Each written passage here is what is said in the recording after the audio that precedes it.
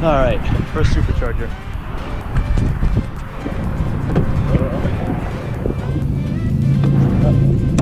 Uh-oh, gotta back up more.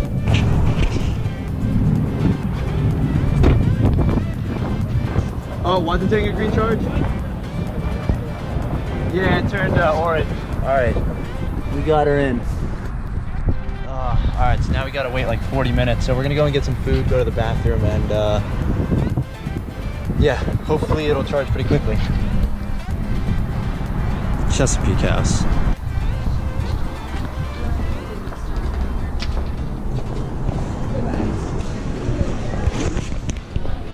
This is a medium cup in America.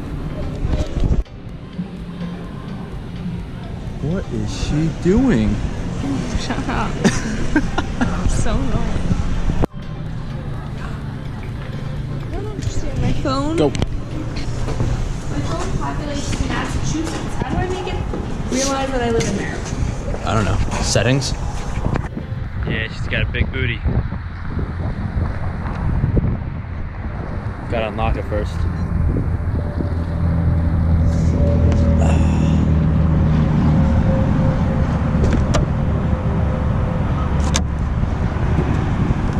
Oh, thank you, Tesla. Shut the all right. Oh. 199 miles. That's not bad.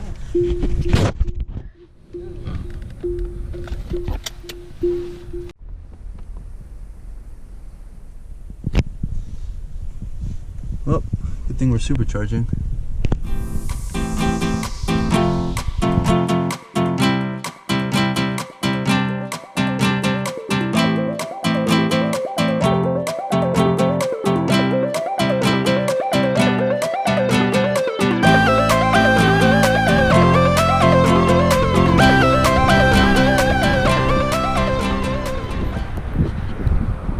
There she is, all the way over there.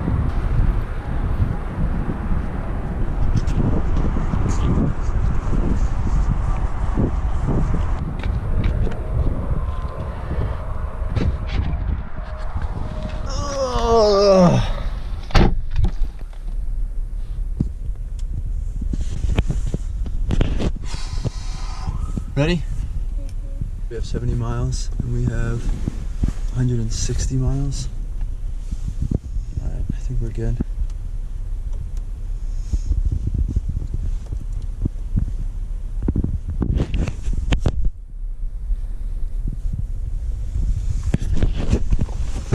Alright, let me unplug it.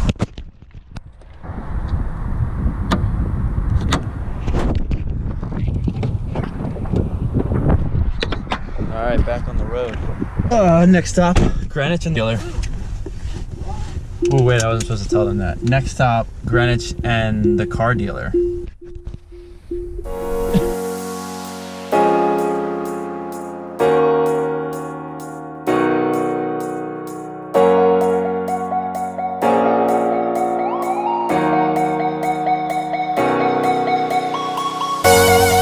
Quick pit stop at Garden Catering to get the high school special half fries, half cones. Not really sure what I ordered, but it's delicious.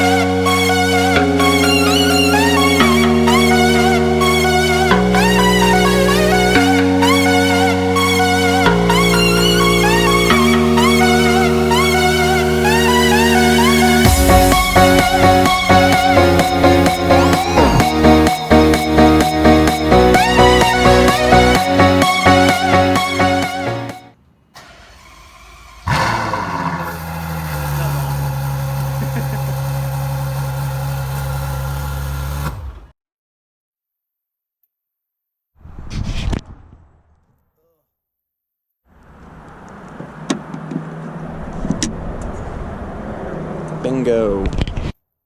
We're gonna go and go to the bathroom, and then we gotta hit the road. We're way up in Connecticut right now. All right, I think we're gonna need one of these for the way home.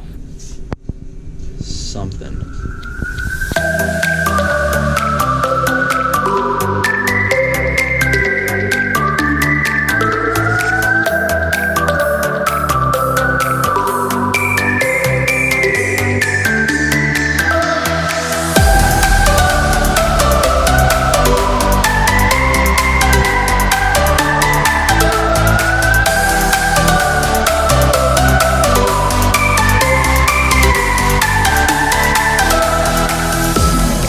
Good morning, guys. So last night, well, first of all, yesterday, we obviously did a nice road trip up to Greenwich. Now, unfortunately, they didn't let us test drive the car, and their excuse was that it was too late in the day, so they had to move all the Ferraris inside, and it would have been too hard to get the car out. Now, if someone's coming to look at a car, the first thing, wouldn't you think to move it and get it ready so you could A, see it outside in the sunlight, not downstairs in the not downstairs in the basement. You know, that way you can truly see the colors and the paint and all that stuff. Start it up for more than 2 seconds because it's not inside, and then take it for a test drive. It's a used vehicle. It's not like you're buying a brand new car where they don't want to put the miles on it. I mean, obviously you don't want to put a ton of miles on a used car either, but you know, what's 10 miles on a car that already has 6,000? Yeah, it's something, but it's not that big of a deal. So I don't know. It just seemed kind of weird. So unfortunately, we drove all the way up there to not be able to test drive the car. That was unfortunate. But in other news, the Tesla was fantastic. I've pretty much put 1,000 miles on the car in less than 2 weeks. They've been nothing but exceptional. Haven't had any issues so far, knock on wood. But my biggest pet peeve is the navigation. It's a little funky. It doesn't route to, I guess, the best superchargers necessarily. Yeah, it does some weird stuff. Like when we were leaving here, I'm in Maryland, and I was trying to drive up to Connecticut. So we left with about 170 miles of range, but there's 3 superchargers within range north on 95 that we could have stopped at. However, it started off routing me south into Woodbridge, Virginia to supercharge, then to go back north around the east side of DC to then go up and supercharge again, either in northern Maryland or right in Delaware. And that was really weird. I don't know why it did that. We could have just gone right around 495 to 95 and hit a supercharger at like Maryland House or Chesapeake House at one of those rest stops. So that was really weird. So luckily, I kind of obviously know the area, so it was easy for me to say I'm just gonna drive this way, because driving it probably would have been like 2 hours out of the way down to Woodbridge, Virginia. That was absurd. And then one time we were on the highway on 95, and it was telling me to take some exit to get off the highway and then get right back on the highway to then keep going north. And I was like, this makes no sense. So I stayed on 95. And then the supercharger I wanted to go to was at a rest stop, probably 3 miles ahead of me. And it was telling me to continue like 10 miles, take an exit off the highway, go back south on 95, take another exit off the highway, go back north, and then go into that same rest stop that was 3 miles ahead of me. It made no sense, and I don't understand why I did that. I canceled the trip, I re-put the trip in, and it was still telling me to do the same thing. So I don't really know what was going on there. So that was a little unfortunate. Anyways, we got home at around 1:45 last night. I think we left Greenwich at like 8:30 or 9 o'clock because we had to charge up there, obviously. Then I had to stop one more time to charge for about 50 minutes, and then, well, I'm not driving 60 miles an hour all the way home, and the speed limit's 65, and all of traffic's going 70, 80 miles an hour. So I killed a lot of the battery, and I did stop for another 15-20 minutes in Maryland, just so that I wasn't completely dead when I got home. However, I do only have 31 miles right now, so I'm heading to supercharge and then grabbing lunch with a buddy today. But anyways, I hope you guys enjoyed that road trip. I learned a lot about the car, as far as how to prepare properly for road trips, aka start with full charge, and go as far as you can before charging, because you're gonna get more miles for the minutes you wait. Because when the battery is lower, it charges a lot faster. As the battery charges up, I think the volts drop, so it charges a little bit slower, and that's just to preserve battery life, so it makes sense. But know that, and go further.